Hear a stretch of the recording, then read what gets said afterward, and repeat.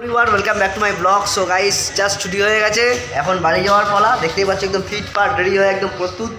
আর সাথে আছে আমার বডিগার্ড, কিন্তু বডিগার্ড রাস্তা থেকে আবার আলাদা হয়ে অন্য রাস্তায় ঢুকে যায়, আবার ফের রাস্তায় চলে আসে।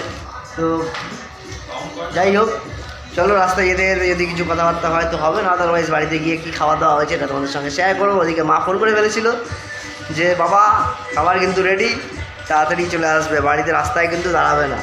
আর ঠিক আছে, চলে আসবে। তো বন্ধুরা চলো বাড়িতে গিয়ে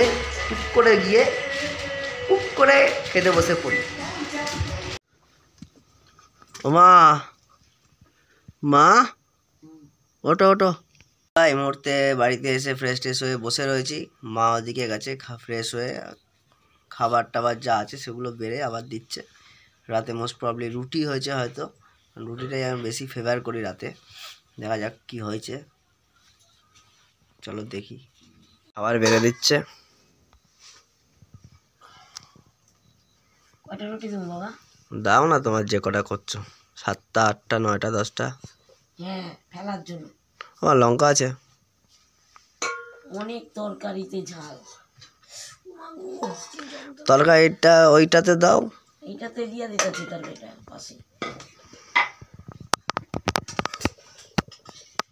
প্রচন্ড ঝাল তরকারি, এই লঙ্কা। তরকারিটা দিয়ে দেবো? হ্যাঁ দিয়ে দাও।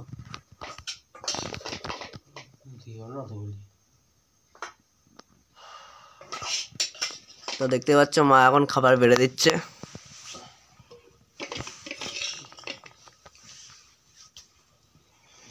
রাস্তা দিও না। তো বন্ধুরা চলো আমি ডিনার করে ঘুমিয়ে টুমিয়ে পড়ি। দেখা হবে আগামীকাল।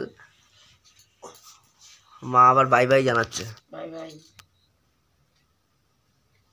তো চলো বন্ধুরা, tata, good bye, good night সবাইকে। ভালো থেকো, সুস্থ থেকো, এভাবেই পাশে থেকো। চলো টাটা, বাই বাই।